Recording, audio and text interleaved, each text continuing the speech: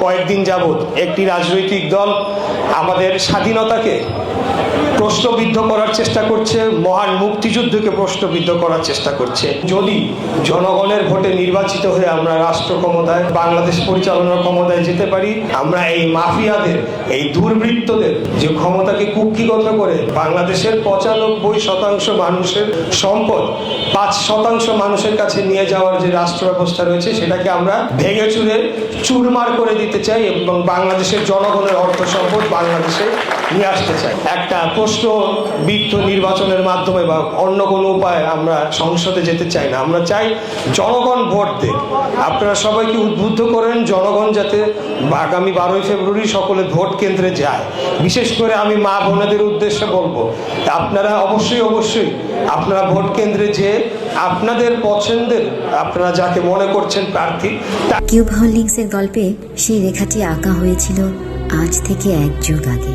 নকশাই আমাদের ভাষা। Cube holdings limited. তাকেই আপনারা ভোটটা দেন, তাতে করে জনগণের আশা আকাঙ্ক্ষার প্রতিফলন ঘটুক। এর মাধ্যমে যেই নির্বাচিত হয়ে আসবে কোনো অসুবিধা নাই, আমরা তাকেই সহযোগিতা করার জন্য প্রস্তুত রয়েছি। বাংলাদেশ জাতীয়তাবাদী দলের রাজনীতি যেদিন থেকে আদর্শকে লালন করতে শিখেছি তখন থেকেই জেনেছি আমরা ক্ষমতার জন্য রাজনীতি করি না। বাংলাদেশ জাতীয়তাবাদী দল শহীদ রাষ্ট্রপতি জিয়াউর রহমানের আদর্শে গড়া দল। আমরা বাংলাদেশের স্বাধীনতা, সার্বভৌমত্ব এবং বাংলাদেশের জনগণের অধিকার এবং গণতন্ত্র এই বিষয়গুলোকে আমাদের মৌলিক দায়িত্ব হিসেবে মনে করি।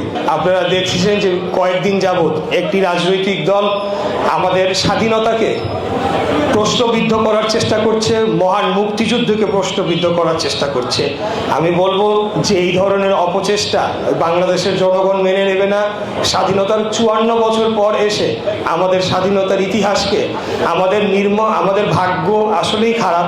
বিগত 17 বছর একটি দল মুক্তিযুদ্ধকে কুক্ষিগত করে পকেটে ভরে তাদের ব্যক্তিগত সম্পত্তি বানিয়ে তাদের সকল অপকর্ম জায়েজ করার চেষ্টা করেছিল। এখন আরেকটি দল এসে মুক্তিযুদ্ধই হয় নাই, স্বাধীনতাই হয় নাই, এই ধরনের একটা বয়ান দাঁড় করানোর চেষ্টা করছে। আমি বলবো যে দিল্লি নয়, পিন্ডি নয় অন্য কোনো দেশ, সবার আগে বাংলাদেশ। আমাদের নেতা দেশ নায়ক তারেক রহমানের এই যে নতুন স্লোগান, সবার আগে বাংলাদেশ।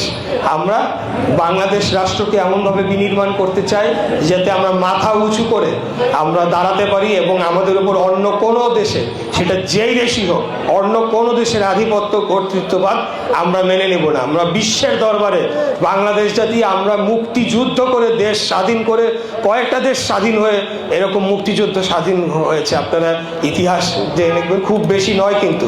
অতএব আমাদের এই যে গৌরবোজ্জ্বল ইতিহাস, এটাকে কেউ প্রশ্নবিদ্ধ করার চেষ্টা করলে আমি অন্য আর কিছুই বলবো না। আমি খালি এতটুকুই বলবো, তারা তাদের জবাব আগামী নির্বাচনের পরেই পেয়ে যাবে। এটা আমি বিশ্বাস করি। বাংলাদেশের জনগণকে বোকা ভাবলে অত্যন্ত ভুল হবে।